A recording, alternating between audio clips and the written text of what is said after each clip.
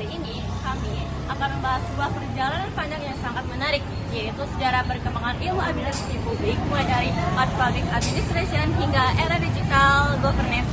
Langsung saja kita ke pembahasannya. Kita mulai dari yang menjadi fondasi administrasi publik modern, yaitu Old Public Administration. Perkembangan dapat dilihat melalui beberapa fase. Yang pertama, ada era klasik. Era dimulai pada tahun 1887 ketika Woodrow Wilson menulis artikel. Yang pertama ada di era klasik. Era ini dimulai pada tahun 1887 ketika Woodrow Wilson menulis artikel legendaris The Study of Administration.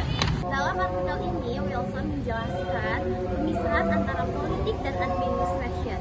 Politik membuat kebijakan, sedangkan administration melaksanakan kebijakan. Konsep ini dianggap revolusioner pada masanya. Lanjut ke Max Weber yang memperkenalkan konsep hierarki ideal. Lanjut ke Max Weber yang memperkenalkan konsep hierarki ideal nasional berjenjang hierarkis.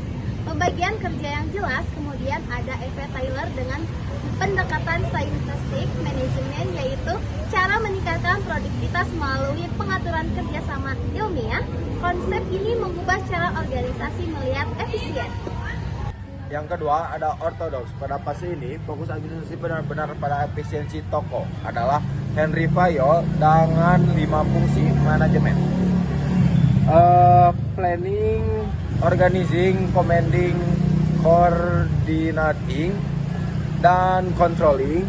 Selain itu ada Later Glick yang memperkenalkan konsep terkenal pada Bootstrap, yaitu planning, organizing, staffing,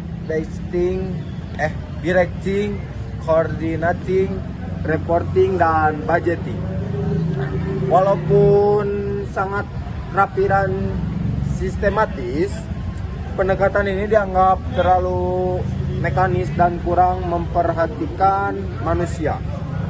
Lalu, administrasi pembangunan di negara berkembang, administrasi mulai dilihat sebagai alat untuk mendorong pembangunan nasional dan modernisasi pemerintah berperan besar dalam memacu pertumbuhan. Lanjut yang ketiga itu ada New Public Administration pada tahun 1968 sampai tahun 1970. Nah, pada akhir tahun 1960 munculnya paradigma baru yang bernama New Public Administration atau bisa disebut NPA. Nah, munculnya paradigma baru ini sebagai kritik terhadap birokrasi yang kurang terlalu dianggap kaku dan responsifnya kurang pada perubahan sosial. Nah, fokus utamanya adalah pada demokrasi organisasi langsung dan keadilan sosial. Nah, dan memperkuat penilaian kemanusiaan kepada pelayanan publik. Nah, jadi intinya administrasi tidak hanya boleh fokus kepada efisiensi, tapi juga harus adil dan berpihak kepada masyarakat.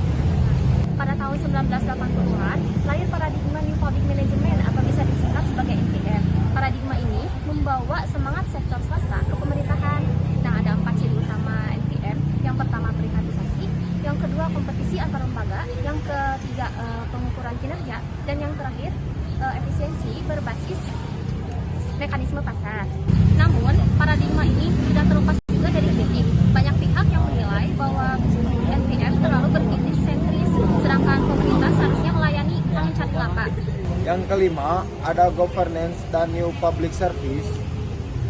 Sebagai respon terhadap NPM, muncul paradigma new public service atau bisa disebut NPS yang dikembangkan oleh Dan Hart. Paradigma ini menolak pandangan bahwa publik adalah pelanggan.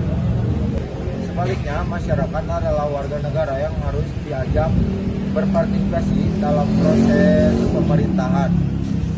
Demokrasi, berpartisipasi warga, akuntabilitas dan transparansi, nilai-nilai etis dan organisasi publik. NPS sejalan dengan prinsip good governance, yaitu kolaborasi antara pemerintahan swasta, dan masyarakat untuk menciptakan pelayanan publik yang adil dan bermakna. Selanjutnya itu ada era digitalisasi dari 2010 sampai sekarang.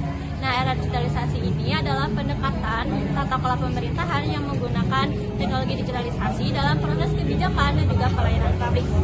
Nah, hal ini bukan semata-mata hanya digitalisasi, tetapi menciptakan ekosistem pemerintahan yang lebih kolaboratif, terbuka, dan juga berbasis data. Namun sayangnya era ini memiliki tantangan seperti tentang keamanan data, privasi, dan juga masih adanya ketimpangan digitalisasi di beberapa daerah. Demikianlah pemaparan mengenai pengembangan ilmu administrasi dari masa ke masa. Kita telah melihat bagaimana ilmu administrasi berevolusi mulai dari birokrasi klasik, pendekatan manusiawi, hingga tata kelola berbasis teknologi. Setiap era membawa pembaruan yang membentuk bagaimana pemerintah bekerja hari ini. Sekian dari kelompok kami. Wassalamualaikum warahmatullahi wabarakatuh.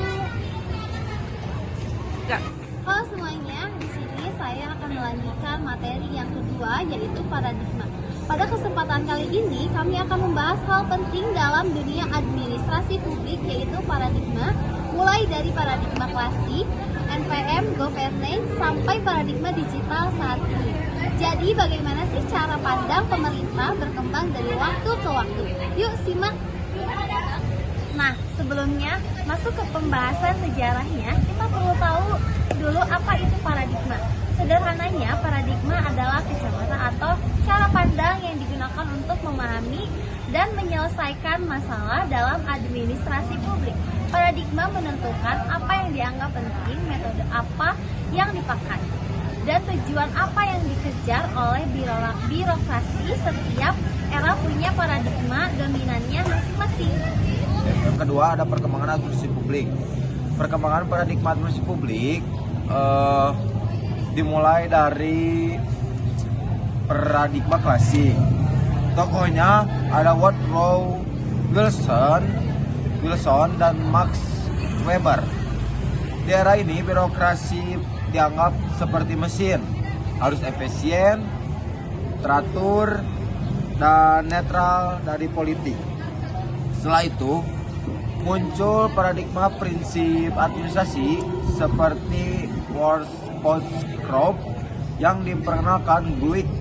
Tujuannya mencari prinsip universal untuk mengatur organisasi secara efektif. Paradigma prinsip kemudian banyak dikritik oleh tokoh seperti Herbert Simon dan Alvin Mayer. Mereka memperkenalkan pendekatan perilaku yang menekankan bahwa manusia tidak bisa diperlakukan seperti mesin. Keputusan administratif sangat dipengaruhi keterbatasan manusia. Setelah itu, muncul paradigma bahwa administrasi publik adalah bagian dari ilmu politik yang dipelopori oleh Waldo dan Young. Mereka menegaskan bahwa birokrasi tidak bisa bebas nilai. Setelah dianggap dekat dengan ilmu politik, muncul upaya menjadikan administrasi publik sebagai ilmu yang mandiri. Studi komparatif antara negara mulai berkembang. Namun, memasuki era 1980-an, dunia diguncang oleh gerakan baru, yakni New Public Management atau NPM. Tokohnya Osborne dan Gabler. Paradigma ini membawa ide bahwa birokrasi harus dikelola seperti perusahaan, efisien, kompetitif, dan berorientasi hasil. Muncullah konsep-konsep seperti customer service, kinerja, dan privatisasi. Selanjutnya itu ada governance, public service, dan juga era digital. Nah, NPM itu masih dianggap terlalu bisnis, maka berkembanglah paradigma baru, yaitu governance. Di sini pemerintah tidak bekerja sendirian, tetapi ada kolaborasi antara pemerintah, sektor swasta, dan juga masyarakat. Kemudian muncul New Public Service oleh Den Haag dan Den Haag. Di sini warga dilibatkan dalam pengambilan keputusan. Dan kini kita masuk ke era digital governance. Pemerintahan memanfaatkan teknologi digital seperti big data, AI, dan kolaborasi lintas sektor untuk menciptakan public value. Contohnya yaitu layanan online seperti e-government hingga smart city.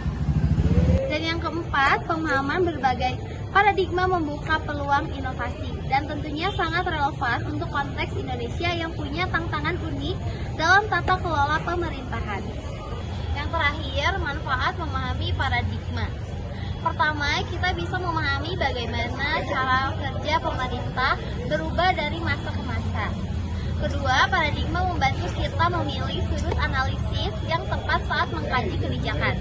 Yang ketiga, kita tidak terjebak pada satu cara pandang saja. Itulah perjalanan panjang perkembangan paradigma administrasi publik dari klasik sampai era digital. Semoga video ini bermanfaat dan membantu teman-teman memahami bagaimana cara pandang dalam administrasi publik terus berubah dan berkembang. Sampai jumpa di video selanjutnya. See you.